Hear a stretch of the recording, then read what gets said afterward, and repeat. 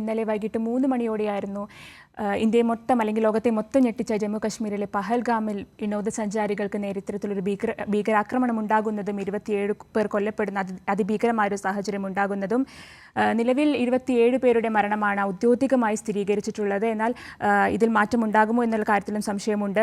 ആശുപത്രിയിൽ നിരവധി പേർ ചികിത്സയിൽ ഗുരുതരാവസ്ഥയിൽ പോലും നിരവധി പേർ ചികിത്സയിൽ കഴിയുന്നുണ്ട്. ഈ കൊല്ലപ്പെട്ട 27 പേരുടെ മൃതദേഹങ്ങളും പഹൽഗാമിൽ നിന്ന് ശ്രീനഗറിൽ എത്തിക്കുമെന്നാണ് മനസ്സിലാക്കുന്നത്. ഇന്നലെ തന്നെ ആഭ്യന്തരമന്ത്രി അമിത് ഷാ ശ്രീനഗറിൽ എത്തിയിരുന്നു. പ്രധാനമന്ത്രി ഇന്ന് ഏകദേശം രാവിലെയോട് കൂടി തന്നെ ഇന്ത്യയിലെത്തും.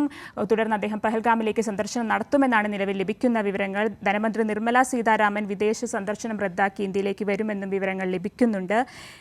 7 ഭീകരർ അടങ്ങുന്ന സംഘമാണ് ഇത്തരത്തിലൊരു വലിയ ഭീകരാക്രമണം നടത്തിയതെന്നാണ് നിലവിൽ ഔദ്യോഗികമായി ലഭിക്കുന്ന റിപ്പോർട്ടുകൾ. 7 ഭീകരർക്കായുള്ള തെരച്ചിൽ നിലവിൽ സൈന്യവും പോലീസും ഒരുമിച്ച് ചേർന്ന് വലിയ ഊർജിതമായി തന്നെ നടക്കുന്നുണ്ട്. പഹൽഗാം, അനന്തനാഗ്, ബൈസരൺ മേഖലകളിലാണ് കൂടുതൽ പരിശോധനകൾ ഇത്തരത്തിൽ ഭീകരർക്കായി നടക്കുന്നത്.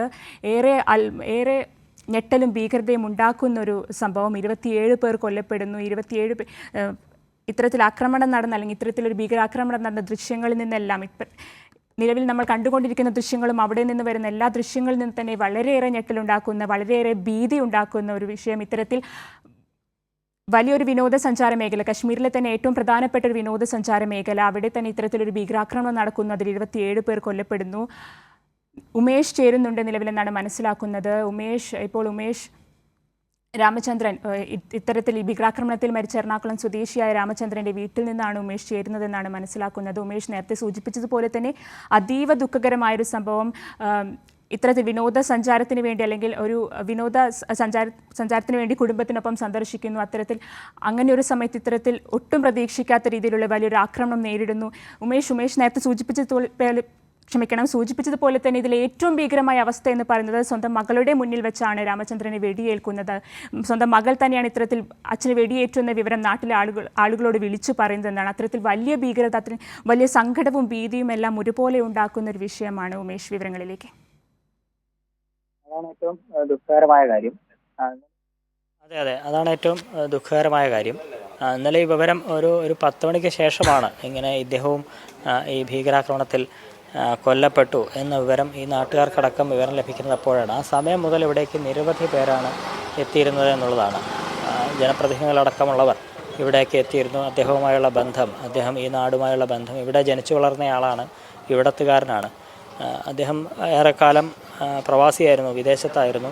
അവിടെ ജോലി ചെയ്ത ശേഷം അവിടെ നിന്ന് ഇവിടേക്ക് തിരിച്ചെത്തി ഒരു കഴിഞ്ഞ 2-3 വർഷമായി ഈ വീട്ടിൽ തന്നെയാണ് അദ്ദേഹം താമസിച്ചിരുന്നത്. ഇവിടെയും ഈ മാമംഗലത്ത് മങ്ങാട്ട് റോഡ് റെസിഡൻസ് അസോസിയേഷൻ എന്ന് പറയുന്ന റെസിഡൻസ് അസോസിയേഷൻ്റെയൊക്കെ ഭാരവാഹിയായിരുന്നു. അത്തരത്തിൽ സജീവമായി തന്നെ ഉണ്ടായിരുന്ന ഒരാളാണ്. അതിനു മുമ്പ് ആദ്യകാലത്ത് അദ്ദേഹം വിദേശത്ത് പോകുന്നതിന് മുമ്പൊക്കെ പൊതുപ്രവർത്തനം അടക്കം ഉണ്ടായിരുന്നു അദ്ദേഹത്തിന്.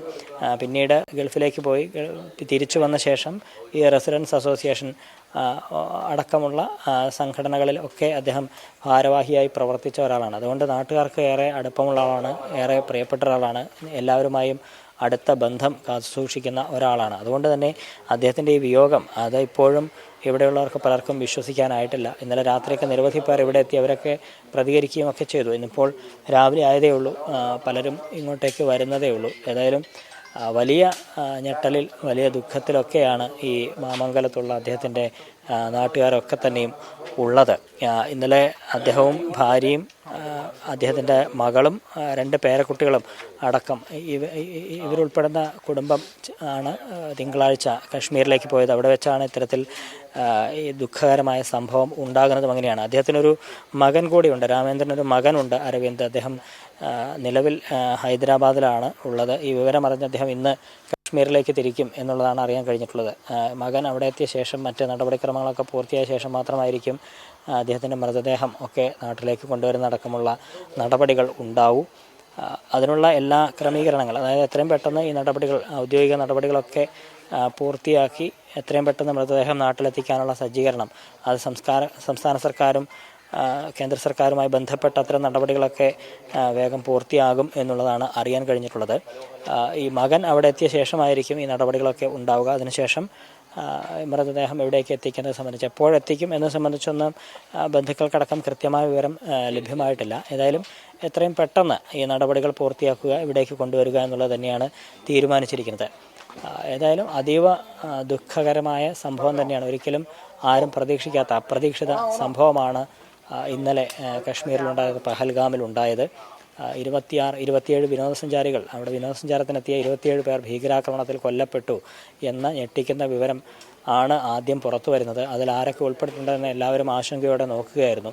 ഒടുവിലാണ് രാത്രി വൈകി അതിലൊരു മലയാളിയും ഈ എടപ്പള്ളി സ്വദേശിയായ രാമചന്ദ്രനും ഉൾപ്പെട്ടിട്ടുണ്ട് എന്നുള്ള ദുഃഖകരമായ വാർത്ത വരുന്നത്. ആ നിമിഷം മുതൽ ഈ അദ്ദേഹത്തിൻ്റെ ഈ നീരാഞ്ജനം എന്ന് പറയുന്ന ഈ വീട്ടിലേക്ക് നിരവധി പേരാണ് ഇവിടേക്ക് എത്തിക്കൊണ്ടിരുന്നത്. ഇനിയും രാവിലെയും നിരവധി പേർ ഇവിടേക്ക് എത്താനുള്ള സാധ്യത കാണുന്നുണ്ട്. ഏതായാലും അദ്ദേഹത്തിൻ്റെ അടുത്ത ബന്ധുക്കൾ, ഈ ഭാര്യയും മക്കളും അടക്കമുള്ളവർ ഇപ്പോൾ അവിടെ തന്നെയാണ്, കശ്മീരിലാണ്. മറ്റ് ബന്ധുക്കളൊക്കെ ഒരുപക്ഷെ ഇവിടേക്ക് എത്തും എന്ന് കരുതുന്നു. കൂടുതൽ പേർ ഇവിടേക്ക് അദ്ദേഹത്തിൻ്റെ ഈ വിവരം ഈ നാട്ടുകാരെന്നുള്ള നിലയിൽ ഇവിടേക്കൊക്കെ അല്പസമയത്തിനകം വരാനുള്ള സാധ്യത ഉണ്ട്. ഏതായാലും അതീവ ദുഃഖത്തിൽ തന്നെയാണ് നാട്, ആ നടുക്കത്തിൽ തന്നെയാണ്, രാമചന്ദ്രൻ്റെ വിയോഗത്തിൻ്റെ ആ നടുക്കത്തിൽ തന്നെയാണ് നാട്ടുകാരുള്ളത്. തീർച്ചയായും ഇന്നലെ വൈകിട്ട് 3 മണിയോട് കൂടിയാണ് ജമ്മു കശ്മീരിലെ ഏറ്റവും പ്രധാനപ്പെട്ട വിനോദസഞ്ചാര മേഖലയായ പഹൽഗാമിൽ ഇത്തരത്തിലൊരു വലിയ തരത്തിലുള്ള ഭീകരാക്രമണം ഉണ്ടാകുന്നത്. നിലവിൽ 27 പേരുടെ മരണത്തിന് കാരണമാകുന്നത്. മരിച്ചവരൊരു മലയാളിയും ഉൾപ്പെടുന്നു. വിവരങ്ങളാണ് ഉമേഷ് നൽകിക്കൊണ്ടിരുന്നത്.